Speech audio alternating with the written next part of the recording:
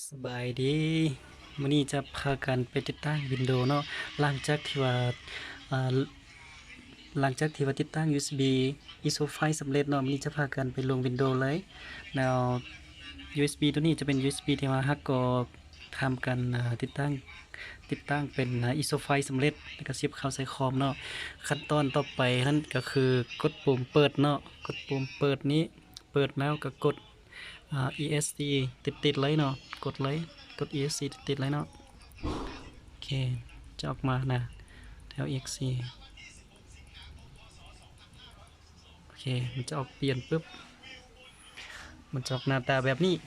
แล้วก็กดเอาแอ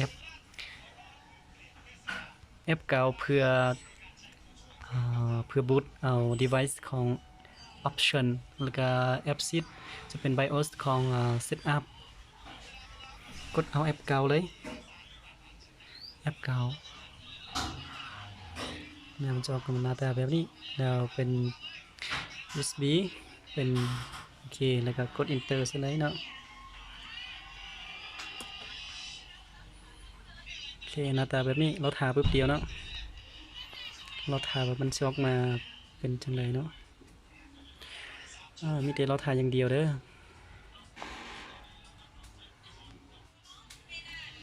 ปิ่นอยู่นะปิ่นแล้วมันจะออกมาแบบนี้เนาะจะเป็นวินโดว์ของวินโดว์ของ Windows Set Windows Setup ตัวนี้จะเป็น Windows แล้วก็ภาษานี้จะใช้เป็นภาษา United States เนาะ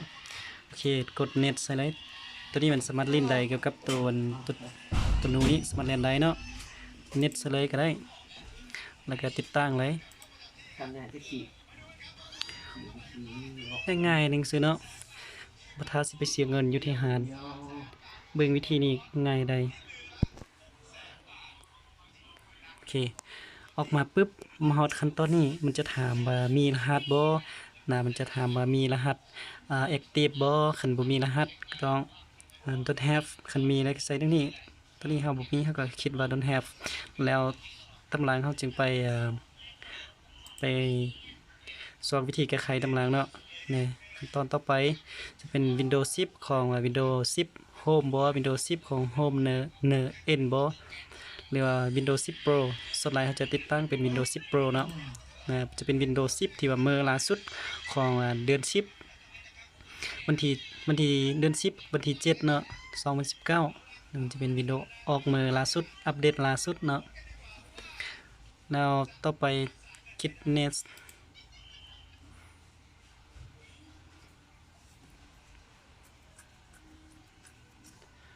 เราทาอะไรเนาะโอเคจะออกมาปึ๊บแบบนี้ตอนนี้ติดใส่ลูกศรนี่ไป next แล้วจะถามว่าจะอัปเดต Windows บ่หรือว่าจะติดตั้งมือเลยเขาต้องคลิกใส่รูปนี้ไปติดตั้งมือเลยมาฮอดขั้นตอนนี้เนาะขั้นตอนนี้จะเป็นขั้นตอนที่ว่าสำคัญที่สุดเนาะคือเฮามาแบ่งปันเนาะ partition เนาะอันนี้คือแบ่งปัน partition เนาะมาแบ่ง partition มาจะแบ่งแบบใดเนาะมันจะเหมาะสมซะนะแล้วตัวนี้ตัวนี้จะเป็นซองดีเด้อตัวนี้นะตัวนี้จะเป็นซองดีตัวนี้จะเป็นตัวซองที่ว่ามันเซตเหลือหั่นเนาะแล้วซองนี้เขาต้องเป็นวินโดว์ของ Windows 10ก่อนนั้นเนาะซองนี้มีหลายคนเนาะมาฮอดขั้นตอนนี้เขาอยากแบ่งให้เป็นเป็น partition นี่นะ partition นี้มีหลายคนเขาจะบอกว่าให้แบ่งน้อยๆประมาณ40-50บิตนี่นะ40-50กิกนี่นะแต่ว่าข้าพเจ้าบอกเลยเนาะบ่ต้องติดตั้งน้อยๆต้องติดตั้งเยอะเลยคันมีประมาณสมมุติความจำมันอยู่ที่500แล้วก็แบ่งครึ่งเลยเนาะเพราะว่าตัวนี้จะเป็นช่องที่ว่าสำคัญที่สุดเนาะเฮาติดตั้งโปรแกรมมันก็จะอยู่ช่องนี้หมดติดตั้งอีหยังมันก็จะอยู่ช่องนี้หมดเนาะฉะนั้นเฮาต้องให้ติดตั้งช่องนี้มันเยอะเนาะคือมันเยอะแล้วก็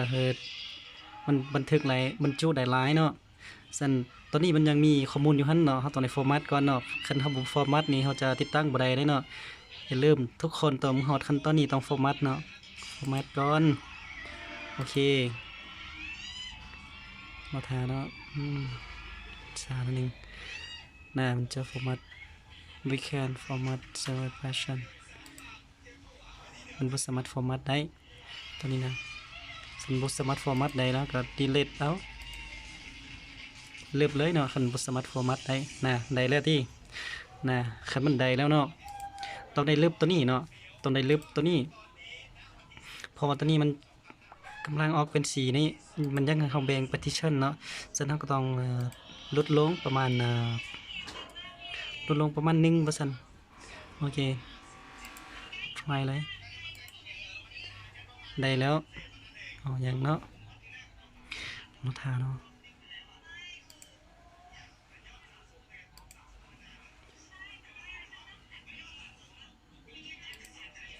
แล้วมาฮอดขั้นตอนนี้เนาะ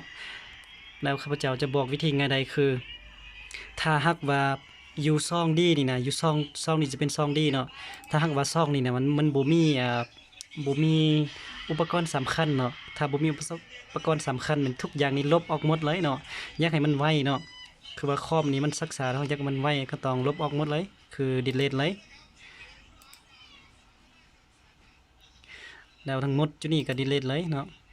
ตัวนี้ก็ดีเลทเลยนะคือมันกลายเป็นซองเดียวเนาะหลังจากที่มันกลายเป็นซองเดียวนี้แล้วเราจึงแบ่งเนาะจึงแบ่งออกมาแบ่งเป็นนี่แบ่งเป็นครึ่งเลยคือว่าแบ่งครึ่งเลยนี่คือสีเนี่ยต้องเป็น2เนาะแล้วก็เลข7นี้ต้องเป็น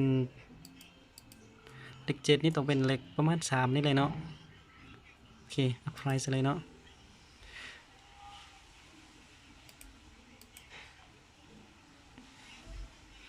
มันยังออกมาเป็น3ซองคือกันเนาะเป็นซองซองนึงเป็นซองเหลือเนาะ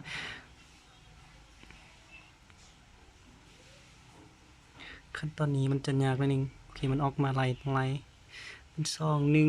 นี่ก็นี่กับนี่มันออกมาเป็นซองตัวนี้ก็เหลือเนาะเอาอันนี้เล็บออก16กิบอันนี้ก็เล็บออก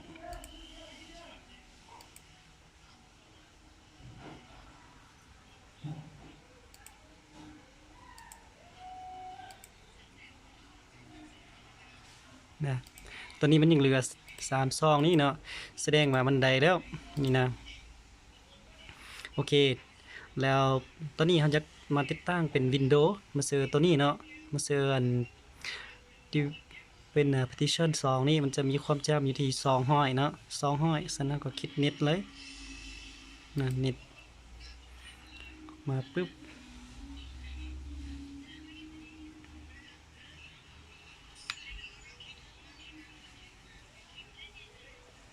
ยังสานั่นเองเนาะกรุณาเราทาเนาะโอเคข้ามไปเนาะต่อมาจึงเป็นขั้นตอนต่อไปนี้ขั้นตอนต่อไปนี้มันต้องเราทาอยู่เทสเตอร์นี้มันแล่นเนาะมันกำลังติดตั้งอย่างนี้โอเคหลังจากที่มันแล่นสำเร็จจังใดนะมันจะเสียเวลาประมาณ 2-3 นาทีนี่เนาะมันจะตัวสีเขียวนี่มันจะแล่นจนจำไปได้จำแถวนี้ไม่ได้เนาะมันจะแล้วตัวนี้มันจะต่อตัวเตอร์นี่แล้วตัวเตอร์นี่จะต่อตัวนี้อีกหลังจากที่มันแล่นหมดจุดนี้ก็สำเร็จแล้วเนาะมันจะมีขั้นตอนต่อไปอีกโมสิสำเร็จแล้วเนาะ84โดนแต่ว่า85 86 87 88 88 89 9089 98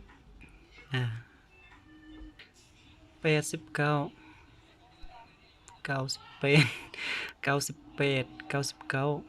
บ่ฮอดเทื่อมันจะสาแต่ขั้นตอนเดียวนี่เนี่ยโอเคเนี่ยมันไวแล้วเด้มันแล้วขั้นตอนนี้มันก็ปึ๊บปึ๊บปึ๊บปึ๊บเดียวแล้วเนาะเนี่ยตอนนี้กำลังฮอดขั้นตอนที่4ขั้นตอนที่4รอสิสำเร็จแล้วยังอีกนิดนึงขั้นตอนที่4กำลังดำอยู่ต่อมาขั้นตอนที่4สำเร็จจะเป็นขั้นตอนที่5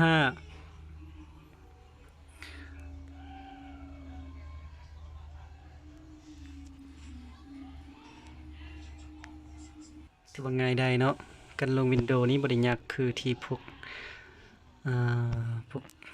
เขาเจ้าคิดเนาะนะง่ายได้นี่คือสำเร็จเนาะหลังจากที่มันสำเร็จแล้วมันหักเปิดเองได้เนาะ แต่ว่าอย่าลืมสากเด้อคอมทุกเทื่อต้องสากถ้าบ่สากนี่มันสิหมดไฟเด้มันใช้เวลาโดนเนาะบ่ต้องกดอีหยังเลยมีแต่รอถ่ายอย่างเดียวลืมแล้วถอด USB ออกเนาะหลังจากที่แล้วนั้นถอด USB ออกเลย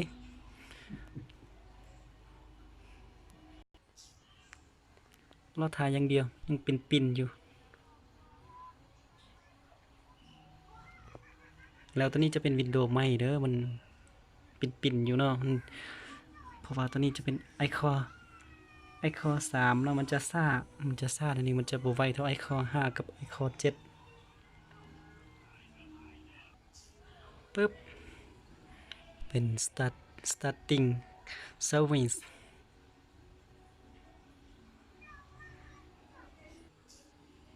ง่ายๆซื่อๆเนาะบ่ต้องกดอีหยังเลยมีแต่รอถ่ายอย่างเดียว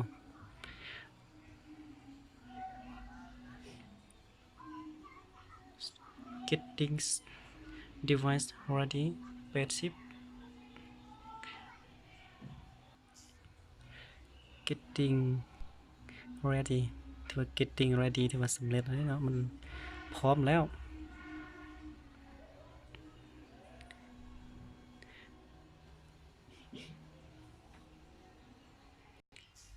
หลังจากที่มันเล่น ready เป็นปินแล้วก็มันจะออกมาโอเคมันจะออกมาแบบนี้หน้าตาแบบนี้โอเค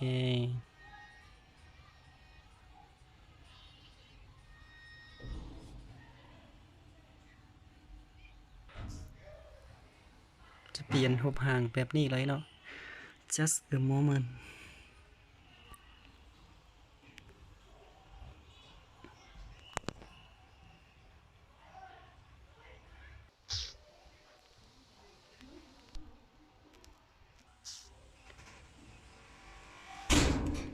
เปลี่ยนภาษาเนาะขั้นตอนนี้มันจะให้เปลี่ยนภาษาให้เลือกภาษาเนาะเป็นภาษาของ United States หรือว่าภาษาของ United Kingdom นี่ United States yes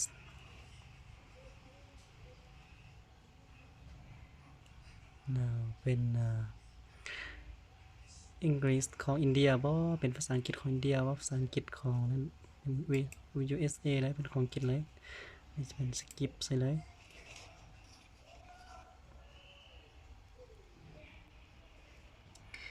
อันเลยก็ just moment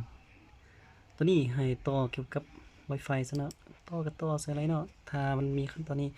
บ่ต่อก็ได้เนาะ I don't have internet ไปแบบนี้เลยแล้วจะไปเซอร์ connect นะก็เซอร์แบบ continue with step ไปขั้นตอนใหม่เลยแล้วซื้อเนาะซื้อตัวนี้ซื้อของ PC นี้ของคอมพิวเตอร์นี้เขาจะตั้งซื้อแบบคันเขาตั้งให้ลูกค้าบ่ต้องตั้งซื้อตัวนี้เองแน่นอนต้องตั้งแบบนี้เป็นแอดมินสินะตั้งแบบนี้โอเคเป็นแอดมินนี้ตั้งแบบนี้เด้อบ่ต้องตั้งชื่อตัวเองเลยคันยักตั้งเป็นชื่อตัวเองนี่ต้องเป็นลงวินโดว์ให้ตัวเองเป็นพิเศษสมมุติเท่าก้อนี่ต้องชื่อว่าเท่ากอเท่าขอเท่าคอสินะแอดมินแล้วรหัสผ่านนี้ถ้าเฮาตั้งให้ลูกค้านี่บ่ต้องเสิร์ชรหัสผ่านเด้เดี๋ยวลูกค้าไปเปิดเบิ่งมันมีรหัสผ่านเลยเนาะ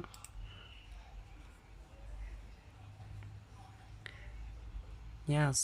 กด yes เลยตัวนี้มันยอมรับอันนี้กันยอมรับซะง่ายใดเนาะลืมเฮ็ดอีหยังมาง่ายเท่าที่ง่ายใด we are getting everything ready for you